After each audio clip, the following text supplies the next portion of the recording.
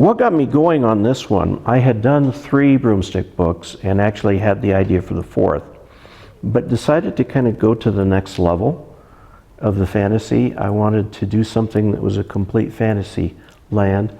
I discovered that that's hard, because when I did the broomstick books, all I had to invent was the broomstick. The rest came naturally. If I wanted to know what Uray looked like, I could just go to Uray and take some pictures. But you can't do that when you're in a fantasy land. You have to create everything from scratch.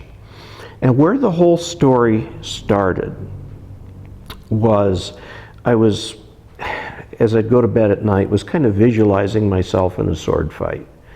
And I do this habitually. I made the sword fight come out a whole bunch of different ways and under different circumstances and so on. And I thought a lot about that sword fight, and it just seemed to kind of be on my mind.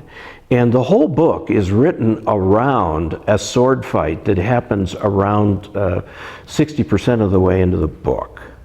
It's a sword fight between the hero and the prince who would be king but isn't supposed to be.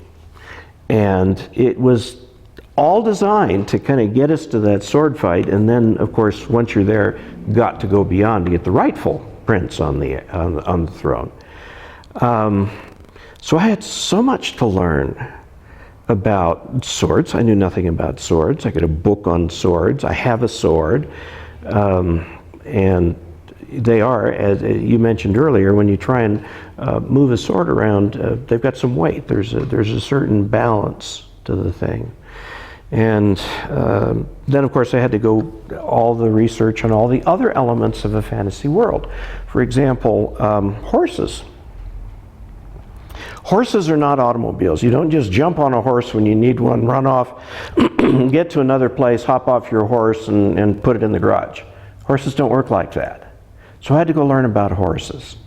And I know a bunch of people around here who have horses. It seems like there's a lot of people around here who have horses.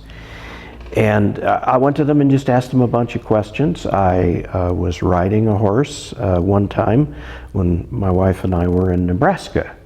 And so I actually got out a pocket video camera and recorded my thoughts as we walked, plodded along. Horses don't go near as fast as motorcycles. I mean, they really take a long time. Things to make note of: the horse will steer itself.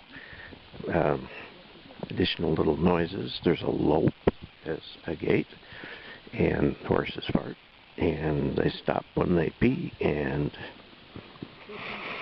the constant back and forth, rocking motion, just constant. So this is pretty cool.